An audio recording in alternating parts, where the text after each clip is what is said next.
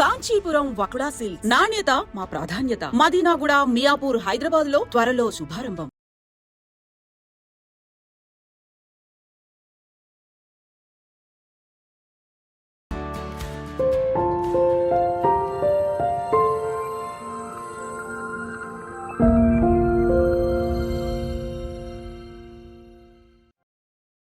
ఇంట్లో 5గురు పిల్లలుంటే సందడి సందడిగా ఉంటుంది. ఈ 5గురు పిల్లల్లో ఎవరు ఎక్కువ అల్లరి చేసేవాళ్ళు?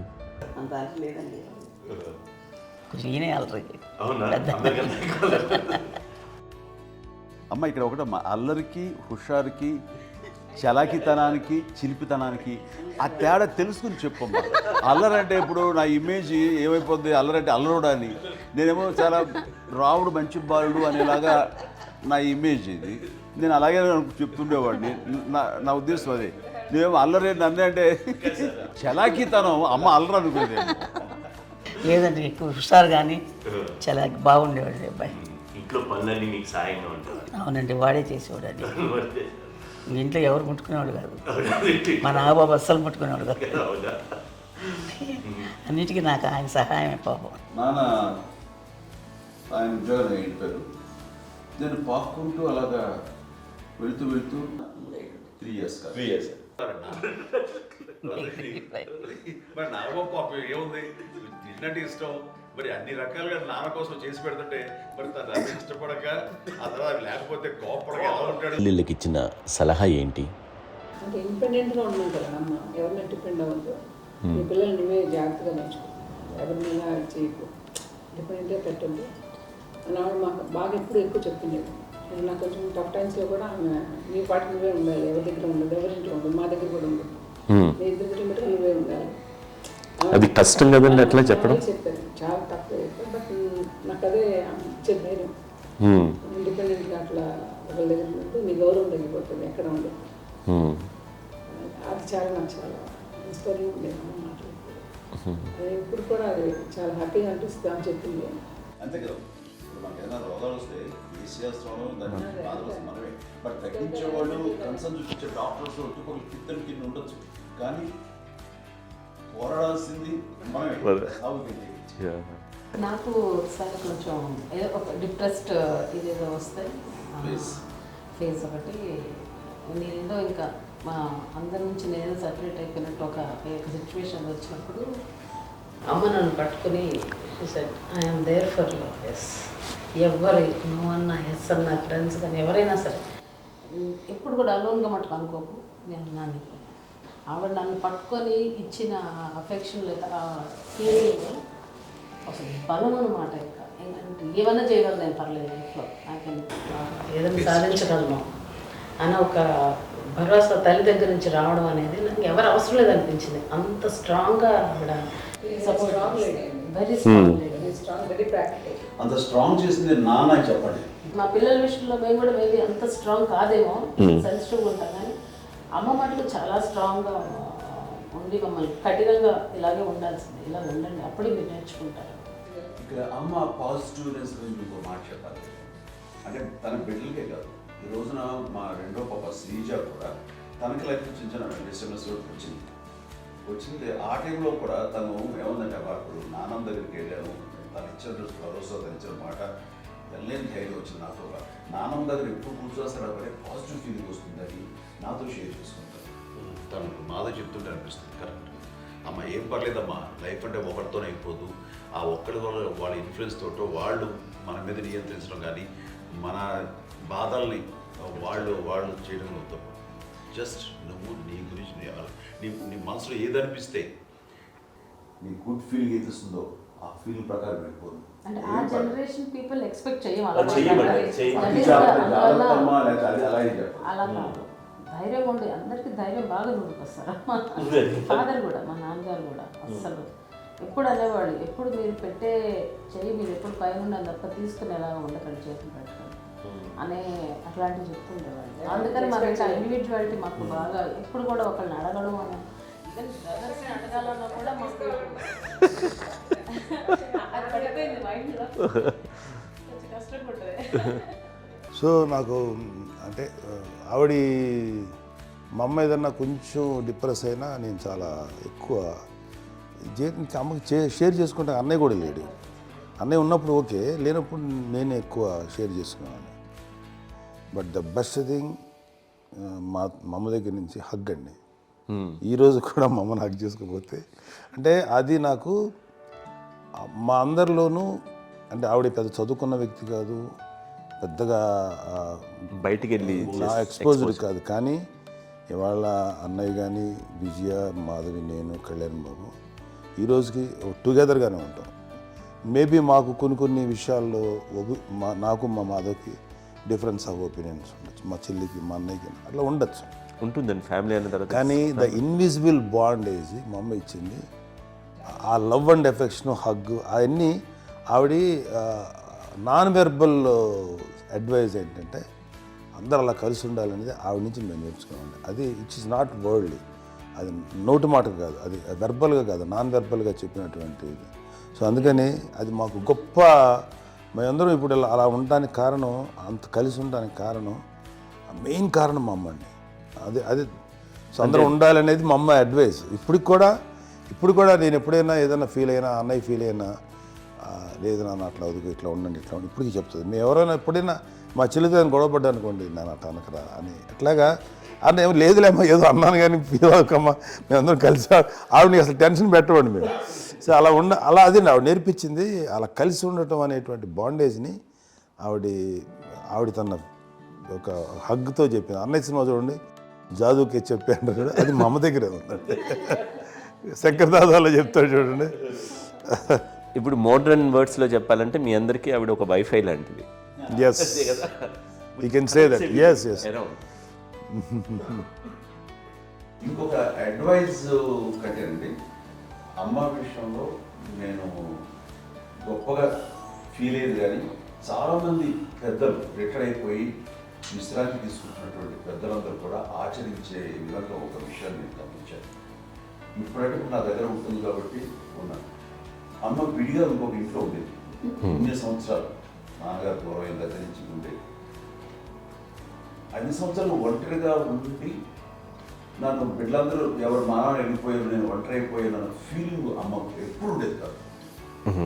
తర్వాత బిడ్డలు వాళ్ళ టైం బట్టి వచ్చి చూసుకుంటే సరిపోతుంది. అది వారమా, నెలక, 2 నెలక, అసలు ఒకసారి రాలేని పరిస్థితిలో ఉంటుంది. 5-6 నెలల పాటు ఇదే ఊళ్ళో ఉండి, పక్క వీధుల్లో ఉండి, ఎవరి పనులు వాళ్ళు బిజీగా ఉండి, ఎవరి షూటింగ్ వాళ్ళు బిజీగా ఉండి, ఎవరి ప్రొఫెషన్లో వాళ్ళు బిజీగా ఉండి, ఎవరి ప్రొఫెషన్లో వాళ్ళు బిజీగా ఉండి, తన సంసారం తను బిజీగా ఉంటాను. ఒకసారి అమ్మ ఏమి ఫీల్ అవుతుంది, ఏంటమ్మా రావట్లేదు, అసలు పట్టించుకోవట్లేదు ఏంటి అంటే, అంతేలేమ్మా అని ఇలాంటి నిరసన మాటలు కానీ, ఈసరింపు మాటలు కానీ, లేకపోతే న్యూనతాభావం కానీ ఇలాంటివి ఎప్పుడు అమ్మకు లేవండి. వచ్చారు అబ్బాయి ఏం చేసి పెట్టడా చెప్పండి అంటూ చాలా పాజిటివ్ ఉండి, ఇప్పటికీ కూడా తను సపరేట్ కిచెన్ మా ఇంట్లో ఎంతో ఉంటుంది, వేరే కిచెన్. ఎందుకంటే అమ్మకి మోస్ట్ స్ట్రెస్ బస్టర్ వచ్చేసినా, లేకపోతే ఏదో రిలీఫ్ ఏంటంటే తన కిచెన్లో కూర్చొని వండి అందరికి పెట్టాం. ఇప్పటికీ కళ్యాణ్ బాబు అక్కడక్కడ తిరిగేసి, ఎక్కడెక్కడో చేసి, నిరసన చేసి, అన్ని రకాలు చేసి వస్తే అమ్మకి చాలా జాలి. ఆడేదో ఇంకా మేము గుడ్లో కష్టపడుతున్నాం, కానీ ఆడి ఎంతలో వెళ్ళేదో మీ టీవీలో వాటిలో అవి ఎక్కువగా చూపించేసరికి వాడే కష్టపడతారు, మేము కష్టపడలేదు ఫీల్ అమ్మకి. అందులో వాడు రాగానే ఎలా వచ్చావా అని అమ్మ ఎక్కడ కళ్యాణ్ బాబు అంటే ముందు అమ్మను కానీ ఎక్కడ కళ్యాణ్ బాబు, తను ఎక్కడ ఉంటాడు, ఏముంటాడు తెలుసు. అది తెలిసిన తర్వాత ఎక్కడ తను వాడికి ఇష్టమైన బిర్యానీ అవి చేసి చక్కగా పంపించి అన్నీ చేస్తుంటాడు. అట్లాగా బిడ్డలకి పెట్టడమే తప్ప బిడ్డల నుంచి ఈ వయసులో ఎక్స్పెక్ట్ చేయడం లేకపోగా కొంచెం పట్టించుకోవట్లేదు అనే ఒక న్యూనత భావంలోకి వెళ్ళిపోయి సైకలాజికల్ డిప్రెస్ అయ్యే మదర్ మాత్రం కాదు. ఆ రకంగా మాకందరికీ భరోసా. మేము కూడా పెద్ద అయినా బిడ్డలు వాళ్ళ ప్రవృత్తి, ఉద్యోగ రీత్యా, వాళ్ళ వృత్తి రీత్యా వాళ్ళు దూరం అయిపోయి మనల్ని చాలా కమ్యూనికేషన్ గ్యాప్ వచ్చినా సరే బిడ్డలు నాకు దూరం అయిపోయి పట్టించుకోవట్లేదు. ఇలాగే చూసేవాళ్ళు వెళ్ళి ఎంత ఇదిగా వదిలేయేవాళ్ళు గురించి, ఇప్పుడు ఏమైపోయానో అన్న ఇంత కించెం బాధపడలేదు వాళ్ళకి అంటూ నెగిటివ్ సైడ్ ఆలోచించే విధానం లేనే లేదు. అది మా అందరికి ఎంత కంఫర్టబుల్ అంటే అంత ఇతగా చూసుకోకపోతే మాధవ చూసుకుని, మాధవ లేకపోతే నాగబాబు వెళ్తుంటాడు, కడియడం వల్ల మా విజయ్ చూసుకుంటున్నది, సరే నాకు కళ్యాణ్ బాబు తను చూసుకుంటుంటాడు, ఇలా ఎవరో కూడా వెళ్తూ ఉంటాం. అమ్మ మాత్రం అది వెరీ గుడ్ హెల్దీ. నేను చాలా మంది తల్లిదండ్రులు చూశాను, అవును, వాళ్ళు చాలా ఇబ్బంది పడుతూ ఉంటారు. పట్టించుకోవడానికి మేము అర్థం చేసుకోగలము కానీ వాళ్ళు వస్తే బాగుంటుంది కదా అని. అనేది ఉంటుంది. ఫీల్ అవుతారు. అవును. అలాంటి ఫీలింగ్ ఏం లేదు. పైగా బిడ్డలు వస్తే వాళ్ళకి ఏం చేసి పెట్టాలా అనే ఆలోచన. అది వెరీ హెల్తీ. చాలా మంది ఆచరించాల్సిన గొప్ప విషయం అనుకుంటాను. చిన్నప్పుడు అన్ని ఆనందాలేనా, మర్చిపోలేని దుఃఖాలు కూడా ఏవైనా ఉన్నాయా? అమ్మ చెప్పాలంటే ఓపికకి, గృహిణిగా తన బాధ్యతలు నిర్వర్తించడానికి అండ్ అన్ని రకాలుగా టేకింగ్ కేర్. దీనికి ఒక మంచి ఉదాహరణ నేను చెప్పగలను. అది తలుచుకున్నప్పుడు నాకు చాలా ఉద్యోగంగా ఉంటుంది, నాకు చాలా కంటితలు వచ్చేస్తుంది. అమ్మకి మేము 5 బిడ్డలు అండ్ పురిట్లోనూ 1 year పెరుగో 2.5 years పెరుగో 3 బిడ్డలు చనిపోయారు. నాకు గుర్తెరిగి పొన్నూరులో నేను 6th class చదువుతున్నాను, 6వ తరగతి. అప్పుడు రమణ అనే ఒక అమ్మాయికి 3 years. రమణ అంటే మా ముగ్గురికి కంటే పెద్దది, మా కంటే పెద్దది, కళ్యాణ్ బాబు కంటే పెద్దది, మాకంటే మధ్యలో పిల్ల. తనకి అప్పట్లో మా నాన్నగారు ఉద్యోగం ఇచ్చా క్యాంప్కి వెళ్ళిపోతుండేవారు. ఏమి ఉంది నాన్న చెప్పాలంటే ఫుడ్లో కష్టపడేవారు, ఇంకా నాన్న చెప్పినట్టు కదా, నావో చెప్పినట్టు. కానీ ఇంటి బాధ్యత, ఇంటి పనులు, రోగాలు వచ్చిన, రుషులు వచ్చిన, హాస్పిటల్కి తీసుకెళ్ళాలట, ఏదైనా సరే అమ్మే పడేది. ఆ శ్రమ తీసుకున్న టైంలో అమ్మకి అసిస్టెంట్కి నేను సహాయపడుతుండేవాడు. అమ్మ నాకు ఫ్రెండ్స్ ఆడుకోవడం అలా నిజంగా ఎప్పుడు నాకు గుర్తేది, నాకు తెలియదు. ఫ్రెండ్స్తో తిరగడం అని సేపు అమ్మ పట్టుకుని ఉండేవాడు. అలాంటి నేను ఆ పిల్లకి బ్రెయిన్ ఫ్యూర్ వచ్చింది. ప్రభుత్వ ఆసుపత్రి పొన్నూరులో ఆ పిల్లని చేర్పించినప్పుడు 2-3 days అయిన తర్వాత ఒక బ్యాడ్ న్యూస్ వినాల్సి వచ్చింది. తెల్లారికి కాన్షియస్ పోయింది. ఏం చేయాలో తెలియదు. అమ్మ వయసు చిన్నదే. ఇద్దరు తీసుకుని ఆ బిడ్డని ఒళ్ళో పెట్టుకుని శవాన్ని, డెడ్ బాడీని రిక్షాలో ఇంటికి వెళ్ళాలి. ఇప్పటికీ నాకు గుర్తు ఆ విజువల్స్. అని నాన్నకి తెలియదు ఏ విషయం, నాన్న ఎప్పుడు వస్తారో తెలియదు, ఎలా కమ్యూనికేట్ చేయాలో తెలియదు. అది తీసుకుని వెళ్ళిన తర్వాత ఇంట్లో పడుకోబెడుతుంటే ఏం చేయలేదు. చుట్టుపక్కల ముస్లిం సోదరులు ఉండేవాళ్ళు, ఫ్యామిలీస్ అక్కడ. అంటే మసీదు, పొన్నూరు మసీదు పక్కన మా ఇల్లు అనుకుని ఆ ఇంట్లో అందరూ వచ్చి చూసేవాళ్ళు, వాళ్ళే హెల్ప్ చేసేవాళ్ళు. ఏం చేయాలో తెలియదు. నెక్స్ట్ రిచువల్స్ ఎలా చేయాలో, గంపకం ఎలా చేయాలో తెలియదు. అందరూ చిన్నపిల్లలే. తను చిన్నది, మిగతా అందరూ పసివాళ్ళే. సో అలాంటి పరిస్థితుల్లో అటమ్మీ వచ్చినప్పుడు చుట్టుపక్కల వాళ్ళు వీళ్ళు వచ్చి చేయాల్సిన కార్యక్రమాలు చేశారు. ఆ సమయం నాకు ఎక్కడో కమ్యూనికేట్ చేసి డిపార్ట్మెంట్ ద్వారా నాన్న వచ్చేసరికి అన్నీ అయిపోయింది. ఇప్పటికీ నాకు మేము ఇలా ఎన్ని పురుషులు ఎన్నుకుంటున్నామంటే ఎలాంటి ఇది లేకుండా జాగ్రత్త అనే ఒక హెచ్చరికలాగా చేస్తూ అండ్ వాళ్ళకి చాలా సపోర్ట్ చేస్తాం. అండ్ ఇప్పుడైతే నా మీద ఎంత నమ్ముకుంటే నేను ఏ నిర్ణయం తీసుకున్నా మరో మాట. అండ్ తనకి హాస్పిటల్ అని పెద్ద ఫోబియా. నేను ఎక్కడికి వస్తాను హాస్పిటల్ రాను. ఈ మధ్యకాలంలో సరే అమ్మ మోకాల ఆపరేషన్ జరిగింది.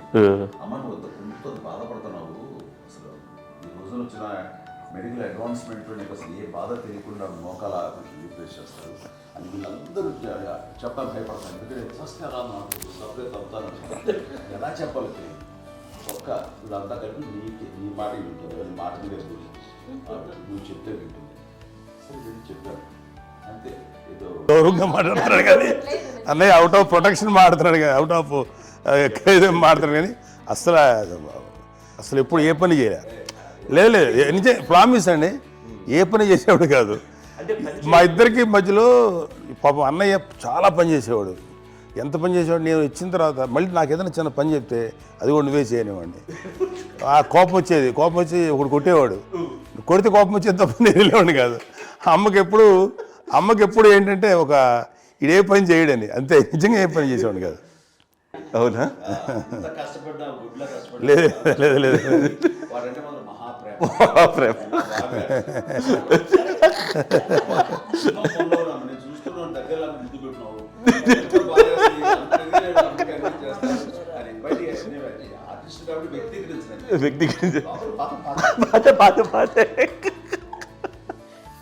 చిన్నది కాబట్టి చివరిది కాబట్టి తనంటే బుద్ధండి, నేను పెద్దోడు కాబట్టి నేను అతని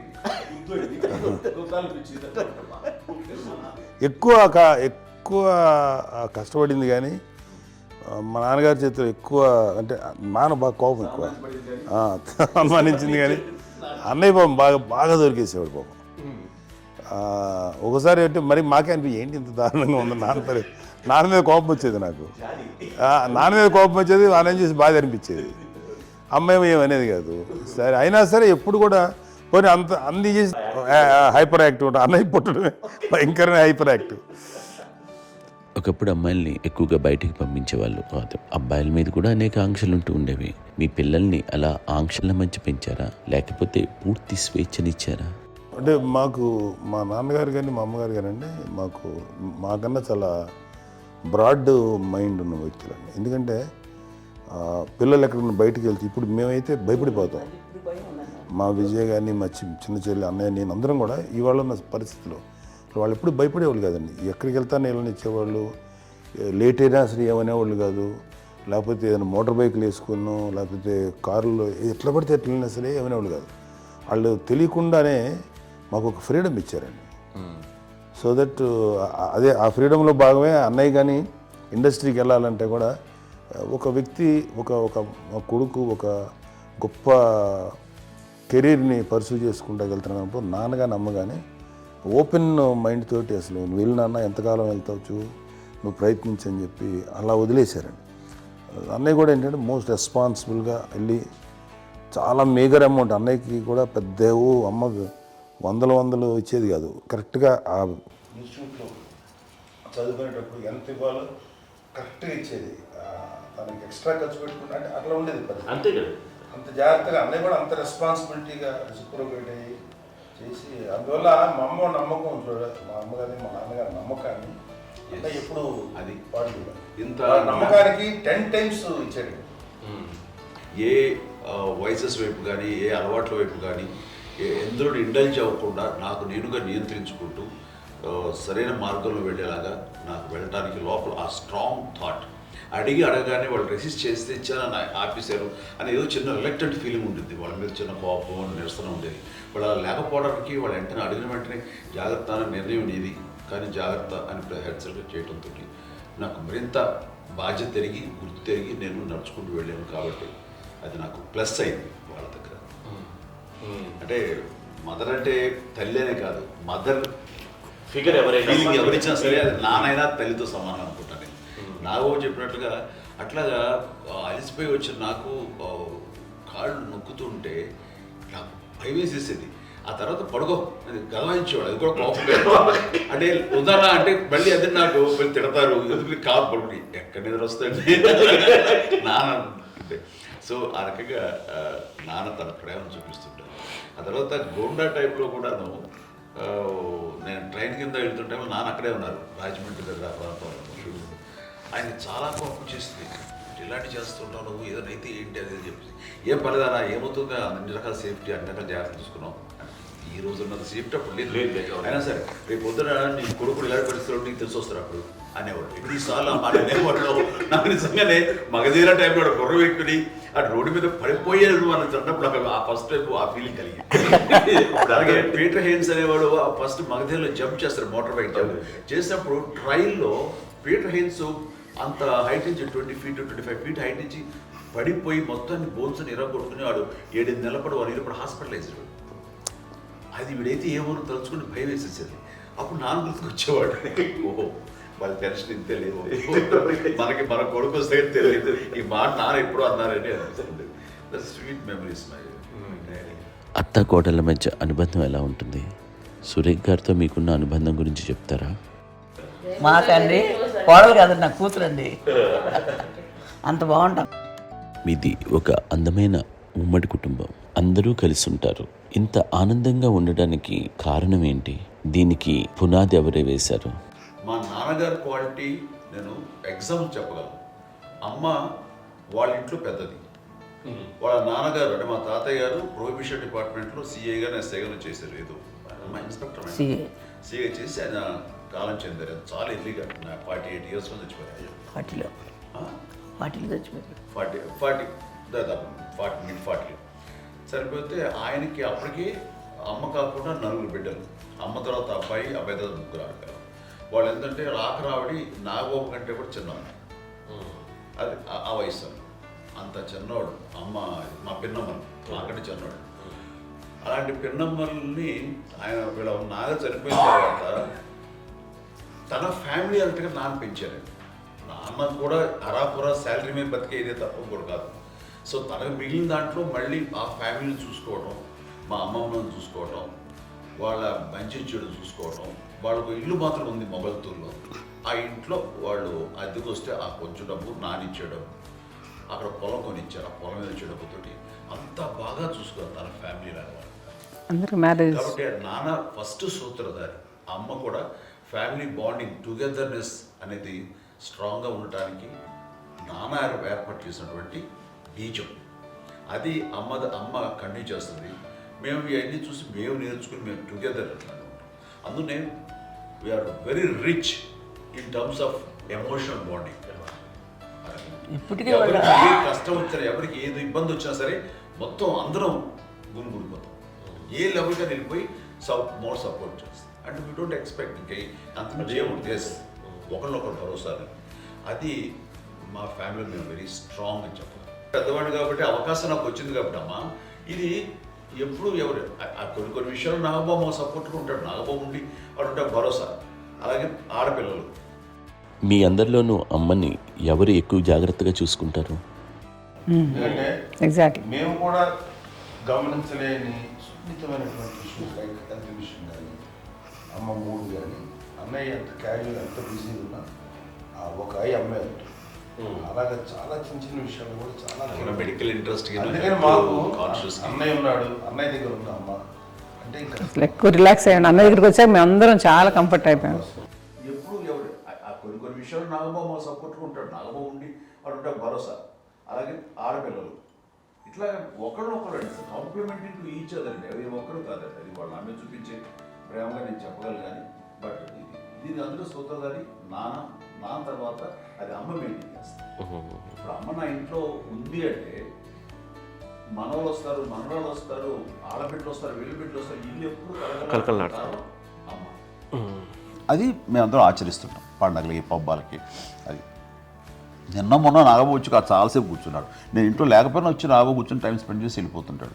అలాగే చెల్లెలు ఇద్దరు ఆల్మోస్ట్ ఎవ్రీడే మాత వస్తుంటుంది, తను కూడా వస్తుంది. నిన్న సాయంత్రం కూడా వచ్చి ఉంటుంది. అమ్మా మధ్యాహ్నం వచ్చి కదా వచ్చి ఇక్కడే భోజనం చేసుకుని అలా ఉంటుందండి. ఈ తరం వాళ్ళకి మీరు ఇచ్చే సలహా ఏంటి? కలిసి ఉంటే బాగుంటుందండి. పిల్లలు తల్లి కలిసి ఇంకా అక్క చెల్లెలు తమ్ముడు అందరూ కలిసిమెలిసి ఉంటుంది. అన్నీ ఉంటుంది. సంసారం నిలబడుతుంది. లేకపోతే ఏముందండి, ఇక్కడ వెళ్ళిపోతారు. విడిపోతే ఎక్కడ ఎవరు బాగా అంతే. ప్రేమలు ఇప్పుడు లేవండి, తగ్గిపోయాయి. మెకానికల్ చాలా మటుకు ఏదో ఇంకా వాళ్ళ పనులు చేసుకోవడం ఏదో జరిగిపోతూ ఉంది అనుకోండి. అంత ప్రేమలు ఎక్కడ లేవండి ఇప్పుడు ఈరోజు. అంటే ఒకప్పుడు ఒకరికి ఇంకొకరు భరోసాగా ఉండేవాళ్ళు. అంటే అందరూ కలిసి సపోర్ట్గా ఇది చేయడం. పెద్దనాన్నగారి పిల్లలు కూడా ఆయన చూసేవారు. మా నాన్నగారు అన్నయ్య గారు వాళ్ళ బిడ్డలు కూడా ఇక్కడే ఉన్నారు. పెళ్లి చేశారు. వాళ్ళు కూడా అమ్మే, వాళ్ళ ఆడపిల్లలు కూడా అమ్మే. చూడండి, నాన్న ఎట్లయితే తన చెల్లెలు చూసుకున్నారో అట్లే నాన్న తరపు అమ్మగారి పిల్లలు వాళ్ళు చనిపోయారు చెల్లి గారు. వాళ్ళ బిడ్డలకి పెళ్లిళ్ళు, పేరెంటాలు అన్నీ చేసింది అమ్మాయి. అమ్మ అలా చేసింది కాబట్టి అది మాకు మార్గదర్శకం ఉంది. ఇప్పటికీ వాళ్ళు కొంచెం ఒక మాదిరి పరిస్థితి ఉంటే వాళ్ళకి ఇల్లు కూడా పెట్టడం కానీ వాళ్ళకి తగిన సహాయం కనుక ఎవ్రీ మంత్ మా పెదనాన్నగారి అమ్మాయి ఆడు అప్పుడు 70 వాళ్ళకి ఎవ్రీ మంత్ మా ఇంటి నుంచి మొత్తం వెళ్ళిపోతాం. 10,000-15,000 ఎన్నో సంవత్సరాలు వెళ్ళిపోతాను. బ్యాంక్ వచ్చేది ఫస్ట్ అదంతా కూడా మా పెద్దలు తెచ్చినాము. వాళ్ళు కూడా వచ్చి అమ్మని అంతా ప్రేమలో చూస్తారు, ఇష్టంగా చూస్తారు. అమ్మ ఇందాక చెప్పినట్లు ఇచ్చే మెసేజ్ ఏంటన్నది అమ్మ మాటలో చెప్పాలంటే బంధాలు, బాంధవ్యాలు అన్నది ఎనలేని ఆస్తిపాస్తులు. సో ఎలాగైతే డబ్బు ఎంత సంక్రమించింది, ఎన్ని ఆస్తులు వచ్చాయి ఫిజికల్గా అనే దాని మీద కంటే కూడా ఇవి ఆస్తిగా తీసుకుంటూ దీన్ని విలువ ఎరిగి, గుర్తెరిగి, దాని ప్రభావం తెలుసుకుని అది కనుక మనం ఇచ్చుపుచ్చుకుంటే ఫ్యామిలీలో అంటే దాన్ని మించినటువంటి గొప్ప సంపద కష్టాలు వచ్చినప్పుడు డబ్బు తీరుస్తుంది కాదండి, కష్టం వచ్చినప్పుడు ఒక భుజం తీరుస్తుంది, ఒక చేయూత తీరుస్తుంది. అది మన బ్లడ్ రిలేషన్ మనలో మనకి అది ఉండటం అనేది అదృష్టంగా ఫీల్ అవుతాం. అంటే ఒకసారి అమ్మ చూసి నాకు ఎందుకు అనిపిస్తుందంటే, అది ఎవరి ద్వారా సంక్రమించడానికి తన ఆ చెట్టు కొమ్మలమే కాబట్టి ఆ చెట్టుకే మనం ఆపాదించాలి. ఎక్కడో మామూలుగా ఉండాల్సిన వాళ్ళు ఈ రోజున ఈ స్థితిలో ఉన్నాము, ఇంతమందికి లైఫ్ రావటానికి దోహదపడ్డాము, ఇంతమంది కలిసికట్టుగా ఉండటానికి ఇదైంది.